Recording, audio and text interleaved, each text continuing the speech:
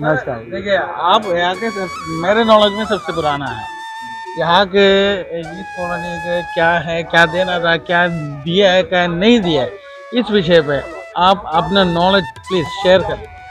सबसे पहले तो धन्यवाद शीशर कुमार जी, आपने मुझे इस मंच पर ये मौका दिया। मैं सन 2016-15 नवंबर में, मतलब नोटबंदी के ठीक एक हफ्ते बाद दिल्ली 99 सोसाइटी में शिफ्ट हुआ।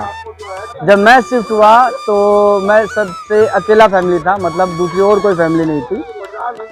आप ये समझिए कि मेरी पोजीशन लेने के 8.5 महीने बाद दूसरी फैमिली ने शिफ्ट किया था जी ब्लॉक में। इसका मतलब ये हुआ कि 8.5 महीने तक मेरी पूरी फैमिली अकेले में थी। मतलब मैं तो फिर भी ड्यूटी चला जाया करता था, मेरा बेटा स्कूल चला जाया करता था, मेरी वाइफ बिल्कुल पूरी फैमिली के अंदर 1060 फ्लैट के अंदर, फ्लैट भी नहीं बोलेंगे, हम नहीं बोलेंगे खंडर, 1060 खंडर के बीच में मेरी वाइफ अकेली रहती थी। मैं उनकी बड़ी हिम्मत मानता हूँ। फिर रही बात बिल्डर की तरफ से, अगर उस समय की बात करी जाए तो ऐसा नहीं कि बिल्डर ने हमें बिल्कुल ही ऐसे लापरवाही में छोड़ दिया था। सिक्योरिटी गार्ड उस टाइम भी डिप्लॉयड थे, हालांकि बहुत ज़्यादा नहीं थे। दोनों टाइम मिलाएंगे तो मेरे ख्याल से 8 या 10 सोसाइटी गार्ड तभी भी थे, मतलब 5 एक टाइम में और फिर 5 दूसरे टाइम में।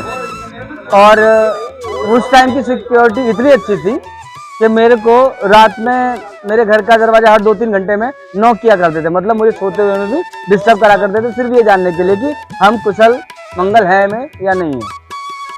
फिर ये सब करते करते 8-8.5 महीने गुजर गए। उसके बाद हमारी जब दूसरी फैमिली आई जी 105 नंबर में, तब हमारी थोड़ी और हिम्मत बढ़ी। लेकिन मेंटेनेंस मेरी तब भी चालू थी पहले दिन से ही, भले उसने मुझे पूरी फैसिलिटी दी या नहीं दी। आप ये समझिए कि उस टाइम तक तो ये सिर्फ और सिर्फ ये पार्क, वो भी पूरा सुसज्जित नहीं था, ऐसा ही वियर पड़ा हुआ था, लेकिन ये पार्क रेडी था। इसके अलावा और कुछ भी रेडी नहीं था, बेसमेंट या टावर्स पूरी या फ्लैट पूरा कुछ भी रेडी नहीं था। हमको सिर्फ 2 ही सुविधाएं मिल रही थी, एक सिक्योरिटी, दूसरा हाउस कीपिंग, और इन्हीं फैसिलिटी के चलते मैं अपनी पूरी मेंटेनेंस दिया करता था। तो उस समय का अगर मैं देखूंगा, अगर 8.5 महीने का पीरियड, मेरे ख्याल से जितनी ये मेरे से रेवेन्यू ले रहे थे तो उससे ज़्यादा ये खर्च कर रहे थे। लेकिन मैं जितनी उम्मीद थी मुझे कि मुझे ये सब फैसिलिटी मिलेगी, वो सब नहीं मिल रही थी। धीरे धीरे लोग बढ़ते रहे, जी ब्लॉक के बाद एच ब्लॉक के बाद आई ब्लॉक के बाद सी ब्लॉक पहले हुआ। तो ये सब करते करते जब धीरे धीरे बढ़ने लगे लोग, तब भी बहुत सारी चीज़ों पर काम नहीं हुआ था। हमारे पास ना कोई वाटर सॉफ्टनर था, हमारे पास ना कोई सेप्टिक टैंक प्लांट था, वो तो अभी भी नहीं है। और ऐसे ही ना कोई पार्किंग की सुविधा थी, ना प्रॉपर ड्रेनेज था, या मट्टी ही मट्टी उड़ा करती थी, कोई रोड तक नहीं बना था, सब जगह से धूल मिट्टी आया करती थी। बहुत बुरा हाल था। एक तरीके से ये था कि हम कहीं भीड़ में रह रहे हैं। और इसके अलावा और कुछ जानना चाहेंगे तो बताइए, स्पेशल क्वेश्चन। बहुत ज़मीन आसमान का फर्क है साहब। जो हमें वादा किया हुआ है वो तो अभी भी नहीं है, वो अभी भी नहीं है जी। इसमें कोई लॉजिक बताया उन्होंने? हाइक करने के लिए तो लॉजिक तो होना चाहिए।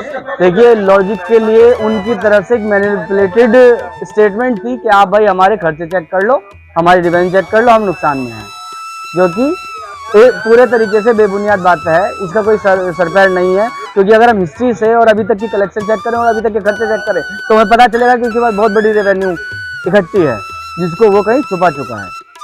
ठीक है, लेकिन सिर्फ यही बात बताई कि हमारे खर्चे ज़्यादा हैं, रेवेन्यू कम है, हम लॉस में हैं, इसलिए हमें ये बढ़ाना है। एक बात उन्होंने थोड़ी सी पॉजिटिव करी कि हम इसकी क्लब हाउस की जो मेंबरशिप होगी वो हम नहीं लेंगे, वो इसमें इंक्लूड है, ऐसा करके उन्होंने स्टेटमेंट दिया।